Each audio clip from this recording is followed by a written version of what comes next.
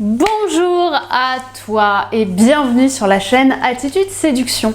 Aujourd'hui, on va discuter des déceptions amoureuses et comment en finir définitivement avec elles. C'est tout de suite et c'est sur Attitude Séduction. Vous allez toujours avoir un moment de votre vie où vous allez être face à une peur et vous allez avoir un choix. Est-ce que j'agis ou est-ce que je n'agis pas? Les efforts paient toujours. Le travail paie toujours.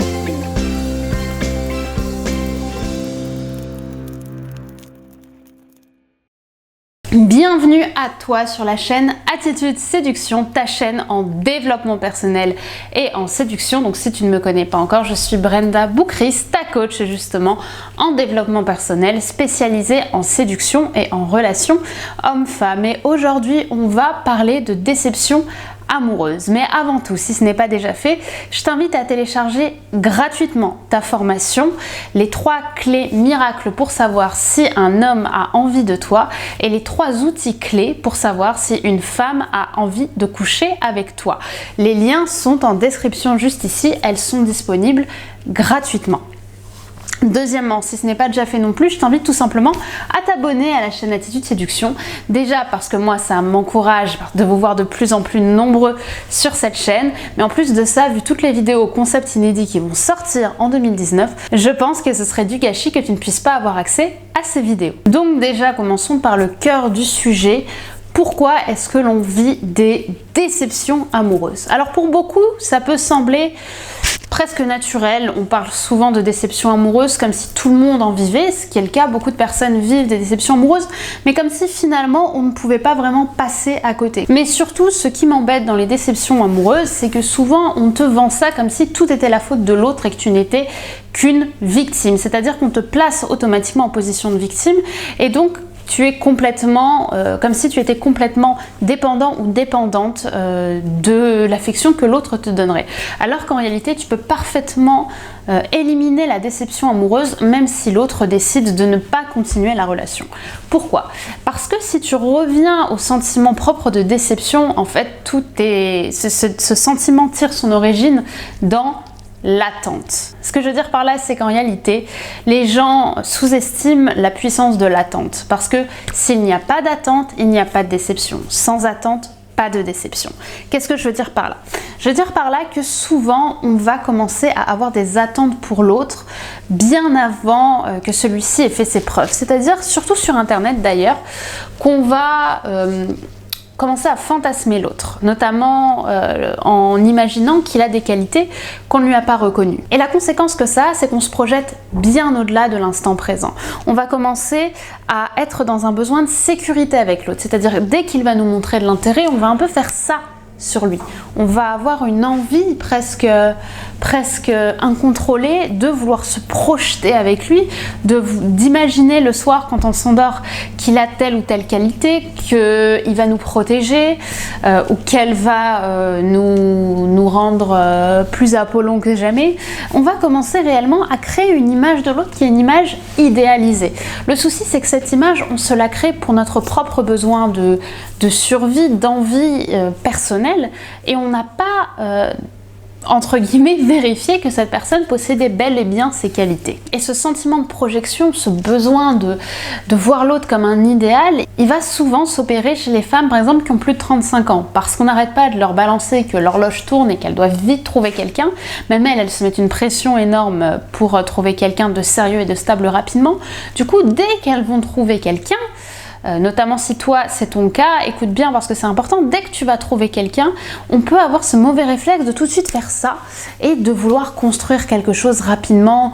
On va lui prêter des qualités qu'il ne nous a pas, ou qu'elle d'ailleurs pour les hommes aussi, qu'elle nous a pas démontré ou qu'elle nous a même pas dit avoir. On va par exemple dire qu'une personne est forcément stable, qu'elle est forcément dans une optique de vouloir construire quelque chose avec toi, qu'elle est amoureuse ou qu'elle a envie d'être amoureuse, qu'elle est généreuse, qu'elle est altruiste, alors qu'en réalité, ni rien ni personne ne t'a dit que cette personne avait ces qualités-là. Donc c'est toi et ton imaginaire qui va créer cet être idéalisé. Et donc, si ça reste dans ta tête, bah forcément, ça va te toucher toi uniquement.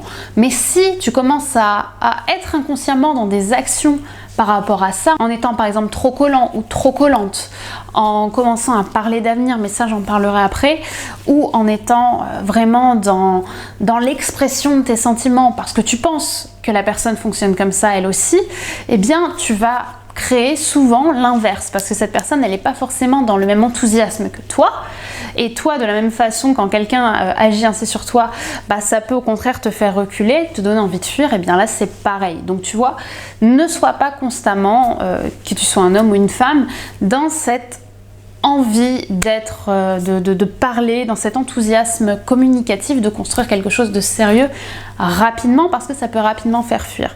Et dans le cas clairement d'une déception, bah forcément, si tu vas tout de suite vouloir plus avec une personne, en étant dans cette projection dont je te parle, tu ne vas pas prendre en compte les désirs, les besoins de l'autre qui ne sont pas forcément les mêmes que les tiens. Donc d'un point de vue personnel, si tu n'as pas envie d'être dans la déception amoureuse, si tu n'as pas envie d'être déçu de quelqu'un, n'aie pas d'attente pour cette personne, vis pleinement l'instant présent. Et donc maintenant que tu as compris que les déceptions amoureuses arrivent uniquement si tu avais des attentes envers quelqu'un, eh bien la question à se poser forcément c'est comment on en finit avec ces attentes.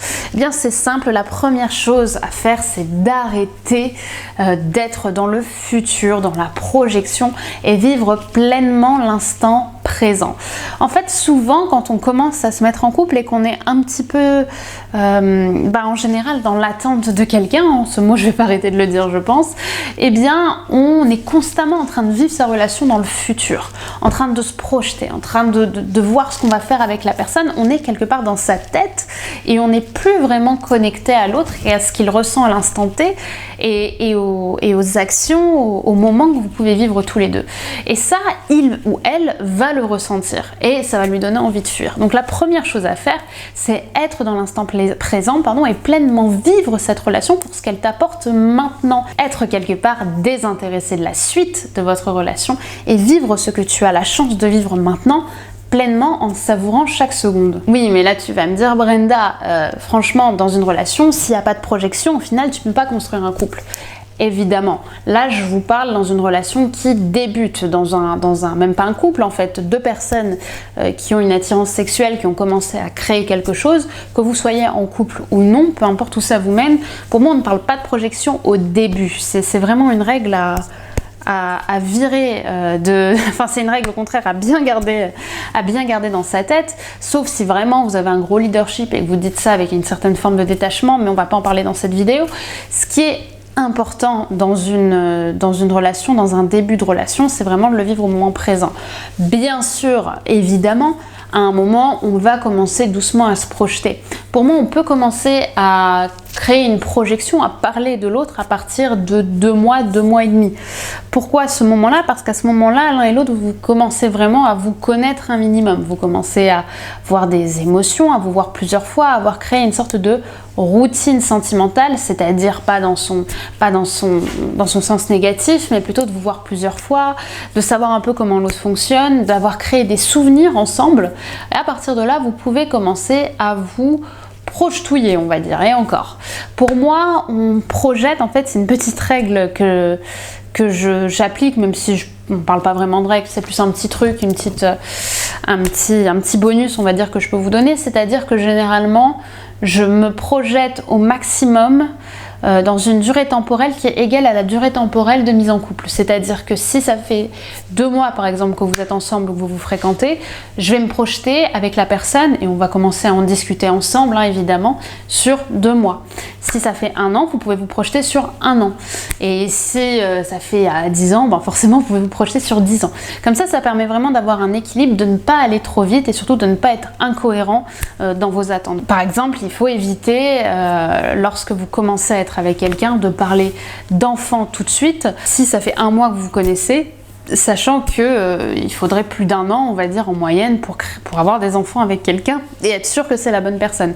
Donc là, par exemple, c'est pas une chose à faire. Et souvent, ce qu'on me dit lorsque j'expose justement cette envie de ne pas avoir d'attente avec un homme, cette façon de vivre, ce mode de vie, eh bien, au début, j'ai souvent des questions, des challenges féminins de femmes notamment qui me disent oui mais Brenda, moi j'arrive pas à ne pas être dans l'attente, j'ai besoin d'avoir cette attente, c'est ce qui me rend, j'aime sentir, j'aime me projeter.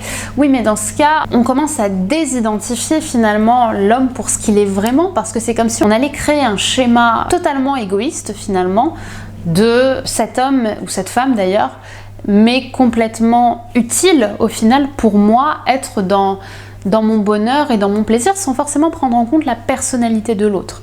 Donc ce que je veux dire par là, c'est finalement demande-toi pourquoi est-ce que tu as envie d'être en couple. Si c'est quelque chose qui te challenge de ne plus être dans l'attente, pourquoi est-ce que tu as envie d'être en couple? Tu as envie d'être en couple pour vivre une plus-value à ton bonheur en solitaire? Est-ce que tu as envie d'être en couple pour créer un foyer? Est-ce que tu as envie d'être en couple pour éviter d'être seul? Et lorsque tu vas trouver cette réponse, demande-toi si cette réponse elle est désintéressée ou bien est-ce qu'elle a un but précis. Par exemple, dans le cas où une femme veut être absolument en couple pour créer un foyer, l'homme, au final, il n'a pas vraiment sa place masculine, il n'y a pas l'amour profond, puisque c'est juste un but pour créer des enfants derrière.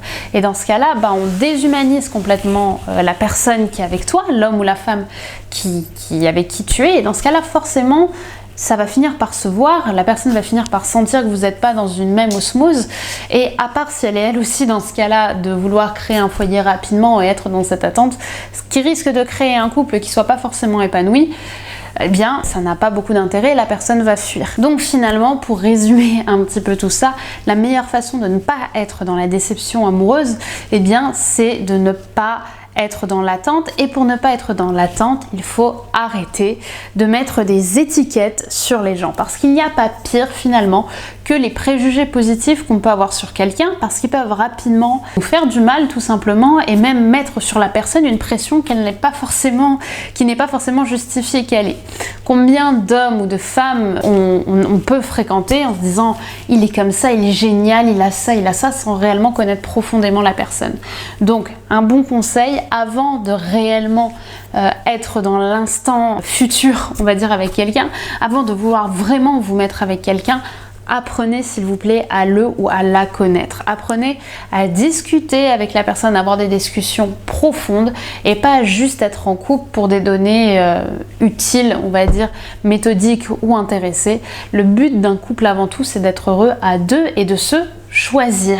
Donc pour résumer le sujet de cette vidéo, pour moi, un début de relation doit être désintéressé. Vous ne devez pas être dans un objectif si ce n'est celui de profiter avec quelqu'un et de passer des moments agréables à deux dans l'instant présent. Donc maintenant, j'ai quelque chose de très important à te dire. Est-ce que cette vidéo t'a parler? Est-ce qu'elle fait écho à une de tes situations? Est-ce que tu es souvent dans ce cas d'être dans de la déception amoureuse? Est-ce que ces schémas de pensée dont j'ai parlé, tu te sens concerné? Tu as l'impression que tu les as en toi? Parce que si tu les as en toi, ou si du moins cette vidéo a fait écho à une de situations que tu as connues ou que tu vis, si tu as un sentiment de te sentir de point commun avec les données que j'ai données dans cette vidéo, eh bien sache que j'ai une solution pour toi. Puisqu'en effet, j'ai décidé d'ouvrir pour les personnes intéressées et profondément motivées, des appels diagnostiques. Alors qu'est-ce que c'est? Des appels diagnostiques, ce sont des appels entre vous et moi par téléphone d'entre 45 minutes et 1 heure qui sont totalement offerts, dans lesquels on va discuter ensemble de ta situation personnelle, amoureuse, et qu'est-ce qui bloque dans ton épanouissement, dans ta confiance en toi. Pourquoi est-ce qu'aujourd'hui tu n'es pas en couple? Pourquoi est-ce qu'aujourd'hui tu n'as pas trouvé l'homme ou la femme de ta vie? Pourquoi est-ce qu'aujourd'hui tu n'arrives pas à être pleinement épanoui et à avoir pleinement confiance en toi? Donc on va parler de ça, et on va aussi parler forcément de tes forces et de ce qu'il faudrait que tu mettes en avant chez toi. Donc on va parler de beaucoup de choses. Le but, c'est réellement de créer un diagnostic de ta situation, que tu saches un petit peu là où tu en es et pourquoi est-ce qu'aujourd'hui tu manques de confiance en toi, ou bien pourquoi est-ce qu'aujourd'hui tu n'es pas en couple. Et à la fin de cet appel, je t'expliquerai comment est-ce que je peux t'aider et comment est-ce que moi je travaille. C'est-à-dire que je te présenterai mes offres de coaching, et si elles correspondent à ce que tu cherches, eh bien nous pourrons potentiellement commencer un travail ensemble. C'est pourquoi je veux avoir au téléphone que des personnes qui sont motivées à investir sur elles et qui veulent réellement en finir avec le manque de confiance en elles. Et si ce n'est pas le cas et que mes coachings ne correspondent pas à ce ce que tu recherches pour prendre confiance en toi, eh bien sache que tu ressortiras dans tous les cas de cet appel avec énormément de clarté sur ta situation. Et donc pour bénéficier de cet appel diagnostic offert, la seule chose à faire pour l'instant, c'est de remplir ce formulaire de candidature qui est disponible dans la description juste ici. Et si tu corresponds au type de personne que je recherche et que j'estime pouvoir aider, eh bien je t'appellerai personnellement pour organiser ma séance diagnostique avec toi. Donc les seules conditions pour avoir accès à cette séance diagnostique offerte avec moi sont de remplir le formulaire de candidature qui est disponible en description et qui est obligatoire, de liker la vidéo, idéalement de laisser un petit commentaire en me disant ce que tu as pensé de cette vidéo et surtout d'être motivé. Je veux des personnes qui sont prêtes à investir sur elles, des personnes qui en veulent et qui sont prêtes à bouleverser leur vie. Si tu n'es pas pleinement motivé, si tu as juste envie d'avoir un appel comme ça ou bien juste pour parler de ta situation sans réellement vouloir agir derrière, bien malheureusement c'est pas avec moi que tu trouveras ton bonheur. En tout cas, dans tous les cas, je te remercie d'avoir regardé cette vidéo. Si ce n'est pas déjà fait non plus, n'oublie pas de télécharger tes formations gratuites qui sont disponibles en description et de t'abonner à la chaîne YouTube. Merci d'avoir regardé cette vidéo et à très vite sur Attitude Séduction via YouTube ou bien au téléphone. Au revoir.